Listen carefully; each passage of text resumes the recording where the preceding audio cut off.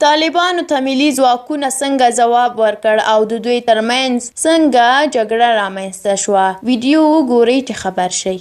افغان ځواکونو زابل، لوګر او غور ولایتونو کې د طالبانو بریدونه شنډ کړي. کورنیو چارو وزارت وایي د تېرو 24 ساعتونو په لړ کې طالبانو د زابل، غور او لوګر ولایتونو په اړوند سیمو کې د هېواد د امنیتي ځواکونو پر پوستو بریدونه کړي چې د امنیتي ځواکونو له کلک غبرګون سره مخ شوي دي.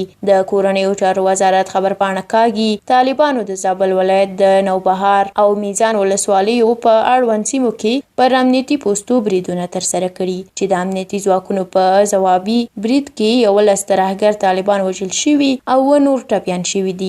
د خبرپاڼې پر اساس د نښتې په پایله کې د ترهګرو طالبانو 6 ارادي موټر سایکلونه هم د هېواد د امنیتي ځواکونو لخوا له منځه وړل شوي دي. کورنیو چارو وزارت وایي همداراز د غور ولایت د تولک ولسوالۍ په اړوند پرتو سیمو کې هم د پولیسو په ځوابي برید کې د ترهګرو طالبانو د 2 کلیدي غړو راشد او محمد ګل په ګډون 4 ترهګر طالبان وژل شوي دي.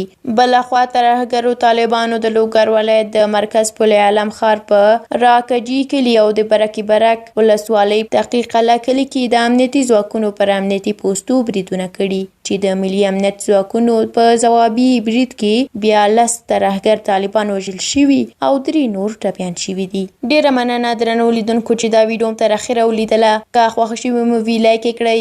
د همداسې نورو ویډیوګانو د لیدلو لپاره زموږ یوټیوب چینل سبسکرایب کړئ. تر بلې ویډیو الله مو مل شه. ښه وخت ولرئ.